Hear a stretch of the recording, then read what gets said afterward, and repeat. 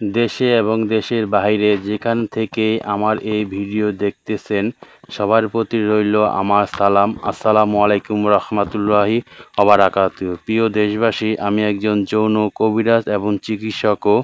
আমি সাধারণত যৌন সমস্যা নিয়েই ভিডিও তৈরি করে থাকি।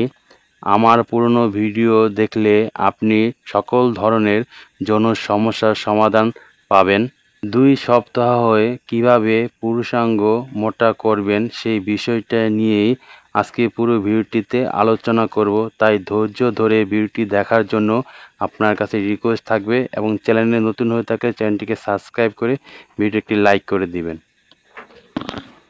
তবে আজকে আমি আপনাদেরকে যে বিষয়ে কথা বলবো এবং যে কাজ করতে নিষেধ করব সেগুলো থেকে বিরত থাকবেন। প্রথমে আমরা জানব কেন লিঙ্গ বা পেনিসটা চিকন হয়। অনেক যুবক আছে যাদের শরীর স্বাস্থ্য ভালো কিন্তু লিঙ্গ বা পেনিসটা সেই তুলনায় খুবই চিকন।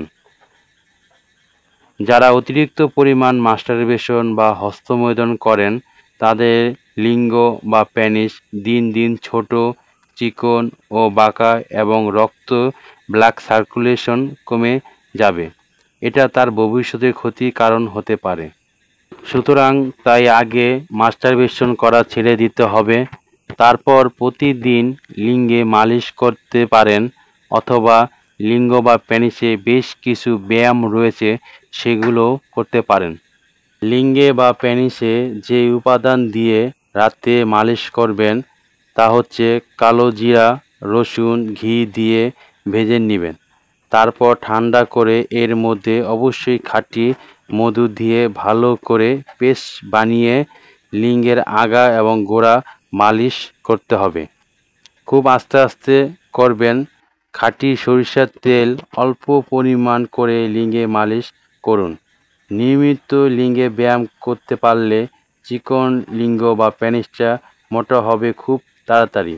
লিঙ্গে অনেক ধরনের ব্যায়াম রয়েছে।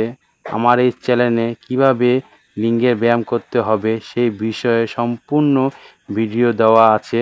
কষ্ট করে সেই ভিডিওগুলো দেখে নিলে আপনার অনেক উপকার হবে বলে আশা করছি। প্রিয় দর্শক, লিঙ্গে ব্লাড সার্কুলেশনটা যদি সব সময় ঠিক থাকে তাহলে আপনার চিকন লিঙ্গটা অবশ্যই দিন দিন আস্তে আস্তে মোটা হতে থাকবে।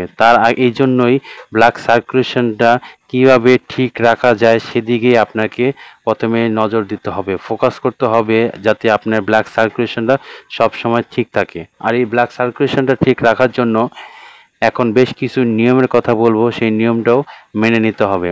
প্রথমটা হচ্ছে গিয়ে নিয়মিত ব্যায়াম করতে হবে, 6 থেকে 8 ঘন্টা ঘুমাতে হবে, আমিষ জাতীয় খাবার খেতে হবে, খাবার খেলে যাতে হজম হয় সেদিকে নজর দিতে হবে এবং মাছ, মাংস, দুধ, ডিম, কলা, শাকসবজি, বিভিন্ন ফল ফলাদি এগুলোও খেতে হবে। নিয়মিত রাতে মধু খেয়ে ঘুমাবেন, তাহলেই আপনার এই লিঙ্গে ব্লাড সার্কুলেশনটা ঠিক থাকবে।